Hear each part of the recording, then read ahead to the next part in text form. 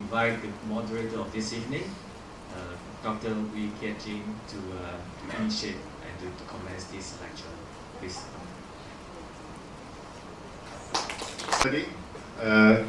Pleasant evening. It's a great pleasure for me to be here in my little Penang, and most of all to introduce to all of you my former teacher and my mentor for many years, 30 plus years, and I can still talk to him well, and I'm really happy. I'm a bit overdressed than him, but it's quite normal. He's always very casual. I can still remember while he was in USN, he used to wear sandals. Then he told me when he was in NUS, it's a bit colder, so he started wearing shoes. I don't believe that. Okay, so Paul Kratoska, I'm a bit technologically challenged, so I think it's, yeah. Okay, this beautiful building thing, he reminds me, he just came back from there, University of Chicago. He got his PhD from University of Chicago after getting his bachelor from University of Iowa. Am I right? Yeah, Iowa State. So he got his PhD in Chicago, and these are just memories for him. And he's a former, there will be a lot of former things. Former managing director of NUS Press. So this is National University of Singapore. National University of Singapore Press, and I think I'm very proud to say that he single-handedly turned around NUS Press. The Singapore University Press was almost going down the drain. I can tell you here, not in Singapore of course, but he just single-handedly just turned it around and even changed the brand name to NUS Press. I think it was a committee decision. After that, this is the NUS Press. And here he is. The person behind him is one of his staff, not his wife. And after that, he was an editor of the Journal of Southeast Asian Studies. And also this Journal of Southeast Asian Studies used to be Journal of Southeast Asian History. And when he was the editor, he took it into a very high level and made Cambridge University its publisher. And from there, this journal has really sort of, well, has not looked back on a great success. So who's who in Southeast Asian studies, whether in history, anthropology, sociology, were published in this very elite journal.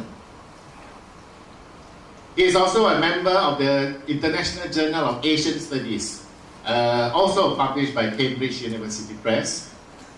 He's actually the regional editor of this journal.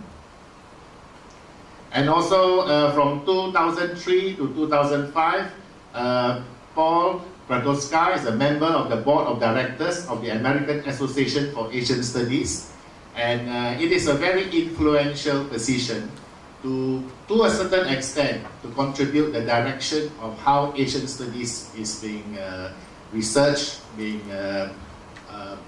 discussed at the American level and American universities. Well, for many years, I think something like about 9 years, in the late 70s, throughout the 80s, he was with the School of Humanities in the history section. He was my lecturer teaching socioeconomic history of Malaysia. I think at that time it was in Malaya, I think. It changed, yeah. So, but he confessed to me he didn't really understood Malay that well then. Maybe it's now better. So he was a lecturer at the University of Science Malaysia. And his area of interest is actually Southeast Asia, particularly focusing on Malaya, also Burma, and several other things. I'll go into that more on that. And he has published and also edited books with Routledge, Macmillan, several M.E. Sharp from New York, and focusing on Southeast Asia. And his one of his early expertise, and I think also a continuing theme, rice of Southeast Asia, particularly the trade, the rice trade. I think he's still continuing in this type of work.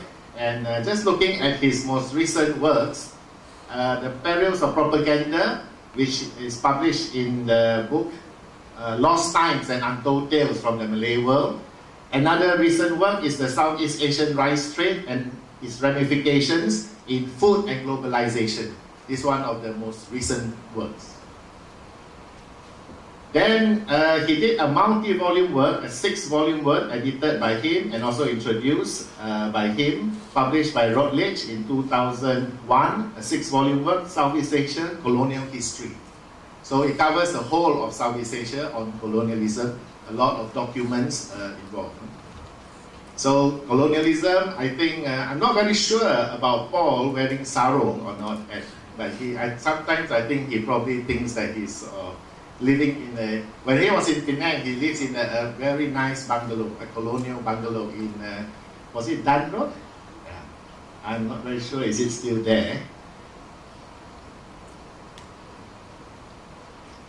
So the legacy, this is just a legacy of during colonialism. Then the area that he made really an indelible mark among scholars, particularly for us professional historians, is his work on the Japanese occupation of Malaya, which tonight he will share with you some of his research work. And this is, well, this is a picture of the Prince of Wales, and that's Yamashita, the Tiger of Malaya. This is his most celebrated book on the Japanese occupation of Malaya, and if I'm not mistaken, and if I recollect, it was more than a decade in writing it. So writing a history book is not an overnight thing. So he has, this is one of the classic works, particularly on Malaya. This is a very dark time for British Malaya. This is on the way to the Ford factory in Singapore to surrender to the Japanese. And these are Japanese times. Paul will share with you more of these things. Then other works related to the Japanese occupation, food supplies and the Japanese occupation, which he edited. Southeast Asian minorities in the wartime Japanese Empire. Asian labor in the wartime Japanese Empire. All these works are done by Paul, who has got a fantastic expertise of bringing scholars together for these type of edited works, which are very invaluable. These are all the Asian labor on the railway. And Malaya and Singapore during the Japanese occupation, this was a special publication of the Journal of Southeast Asian Studies. And this, I think this is in Singapore. And Paul, while teaching in USM, Paul did a very interesting work of bringing together, what do you call it, senarai terpilih fal-fal di pejabat pesuruh Jaya Tinggi Tanah Melayu di Akhir Negara Malaysia. One of the many things that he has done for USM.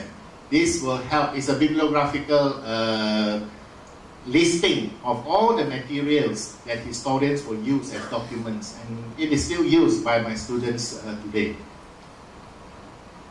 And one of his earlier works, I think if I'm not mistaken, this was part of his doctoral thesis at Chicago, the Chettiar and the Yeoman, British Cultural Categories and Rural Indebtedness in Malaya. And he also, during that time, I was not involved, but my seniors, he did this work as an editor, USM students, he published a book, Penghisra dan Penghisraan, Kumpulan Esei Sejarah Malaysia oleh pelajar-pelajar USM. These are undergraduate academic exercise. Then he did this honorable intentions. This was the papers delivered by colonial officers from Malaya at the Colonial Institute in London, and Paul has compiled these sort of lectures, transcripts of those lectures, and I'm using quite a number of it in my course on documents in Malaysian history. So this is on his work on colonial history. Other books by Paul, Locating Southeast Asia, together with other people, I think Remco Raben and others, Dutch scholars. And another one with a Japanese scholar, Goto Kenichi Goto, Tensions of Empire, he co-edited. And I think Paul, back in the late 70s, on his motorbike, he went around Georgetown and he came out with I think it is out of print. Yes, the Penang Guide. It was published in 1983. I think it is a very rare thing.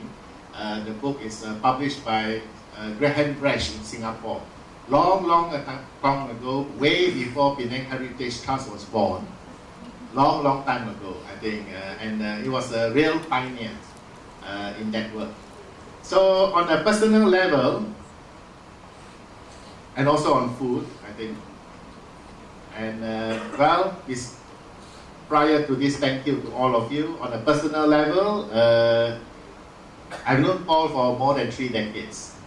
And I'm very proud and happy that he's here to share his work with all of us here in Penang. Thank you.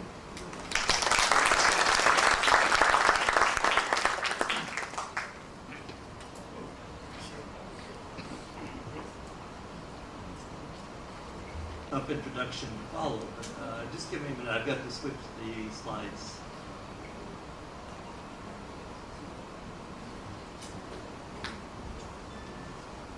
Thank Jim for an extremely generous introduction.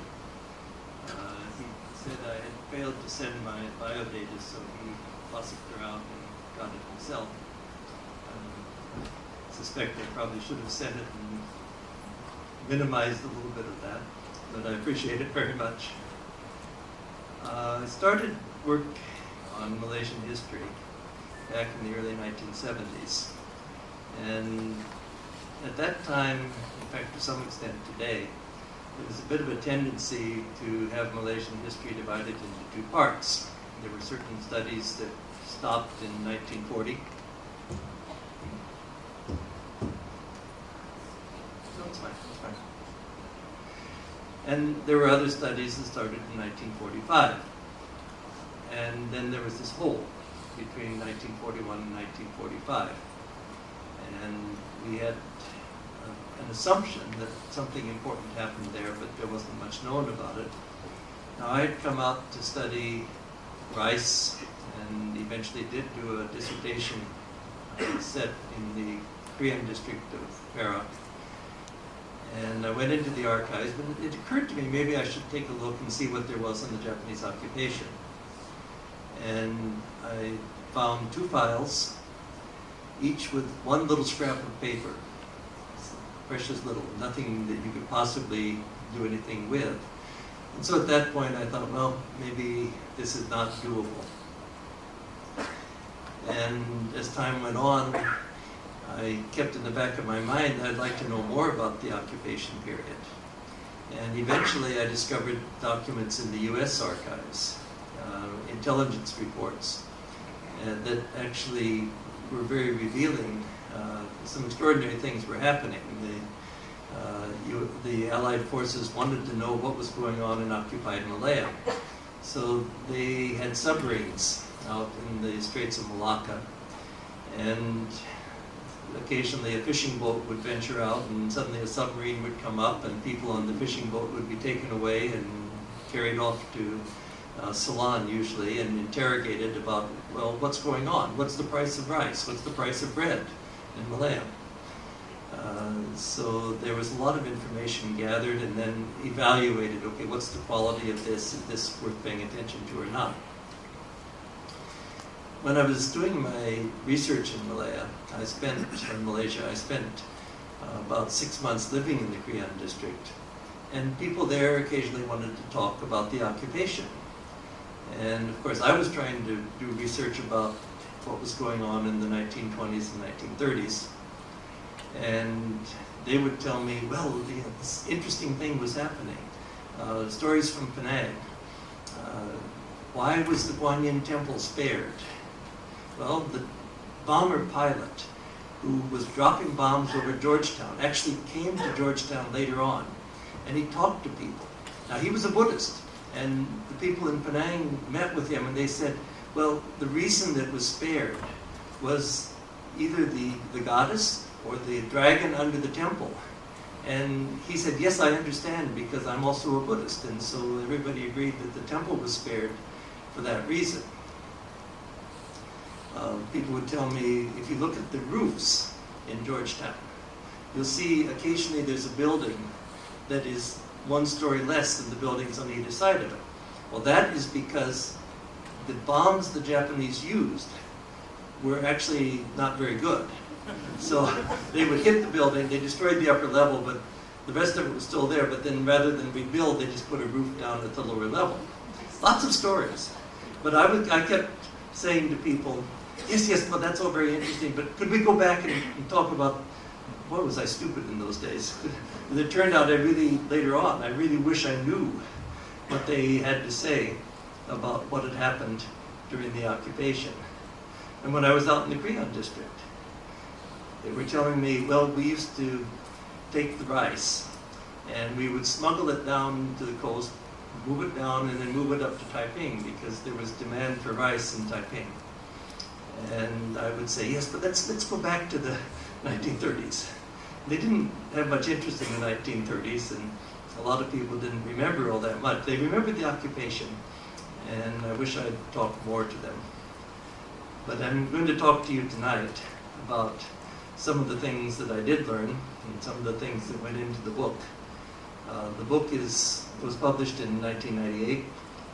It's out of print now, but we're going to reprint it through NUS Press in Singapore sometime in the next few months. So, on to Singapore. Campaign won by strategy and with spirit unparalleled in the annals of war. Let's just establish a chronology and make sure we all understand the period we're talking about. So the invasion began on the 8th of December 1941. The British surrender took place on 15 February 1942. And the balance of 1942 was a period of consolidation of Japanese control.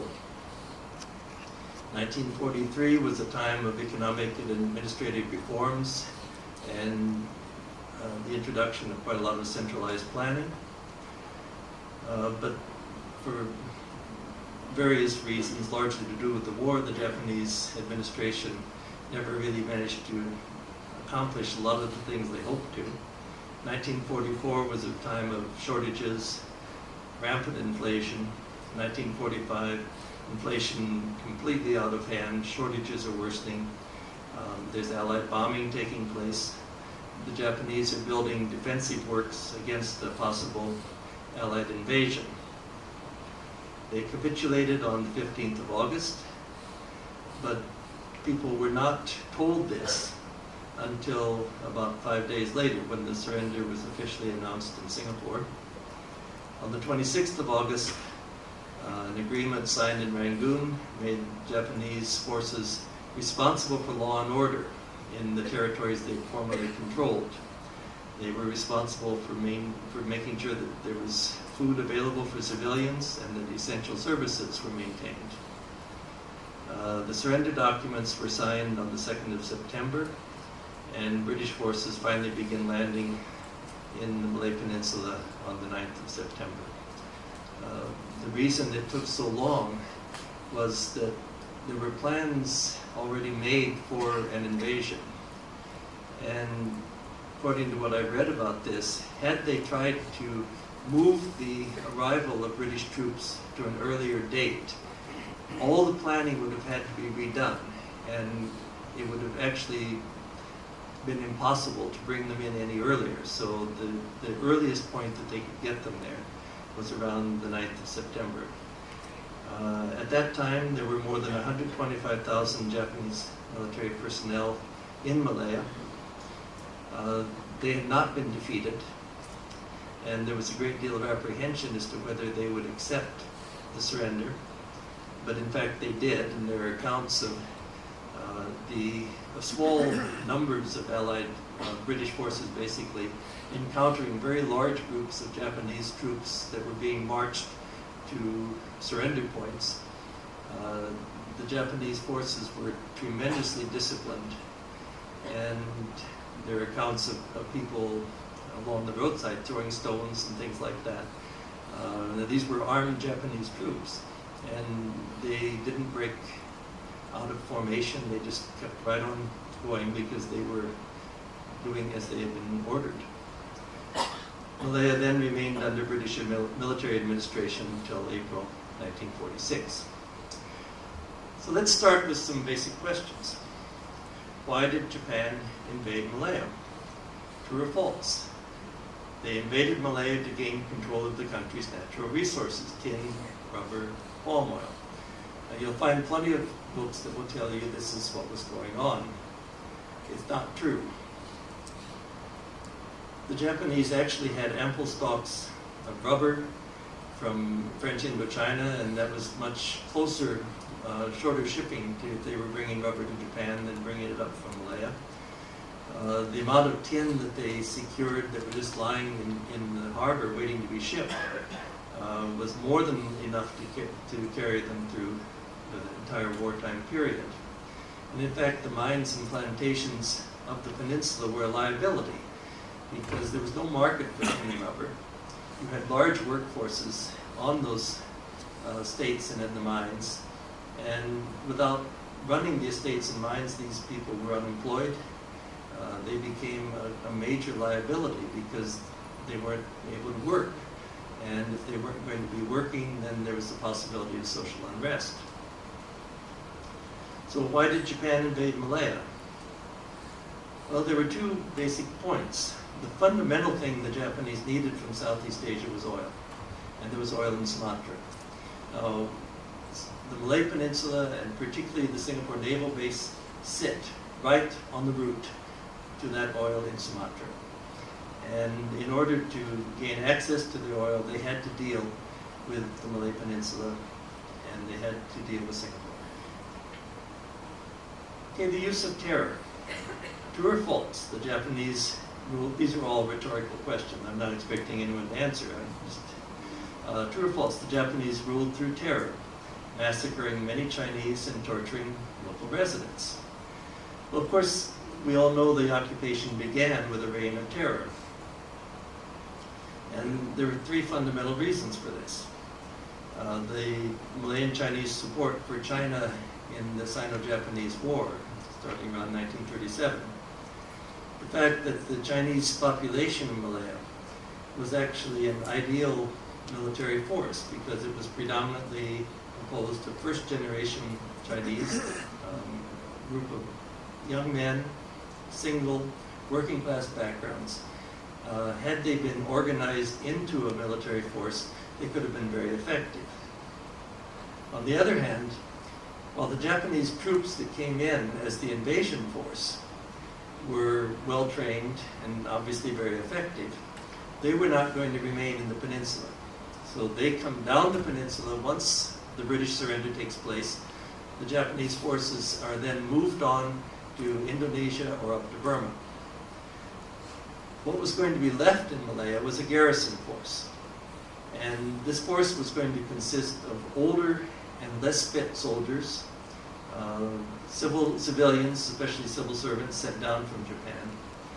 And there seemed to be a real danger that if this group of young Chinese were mobilized against the garrison force, that the garrison force would not have been able to maintain control. So there was a reign of terror designed to sow fear, and it really worked. You read some of the accounts, and somebody said, I went down to the market, and when I was going to the market, I saw 4 poles. On top of each pole, there was a head. I don't know who they were, I don't know why they had been executed, but it terrified me. It absolutely terrified me, as it would.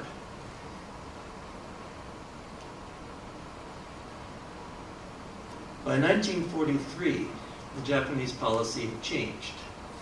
And there are 2 reasons for this. Well, one basic reason, which was that they needed local cooperation. And there are stories throughout the war of torture. The YMCA in Singapore was notorious. People would hear screams coming out of that. And of course, this is perfectly true. It happened. But the majority of people, by 1943, had learned how to deal with the Japanese presence. And one of the stories I found was a woman who was making a living during the occupation by baking cakes. And she would send her younger brother out to sell the cakes. He came back one day and he said, and he didn't have any money. Well, he had passed by a Japanese sentry. They had taken all the cakes and hadn't paid for them. And she was angry at him. She said, why did you go where the sentries were? You know they're going to do that. You just stay away from them and you'll be fine. So, of course, people ran afoul of things. They got caught doing things or accused of things that they may or may not have done, and there was torture. But by 1943,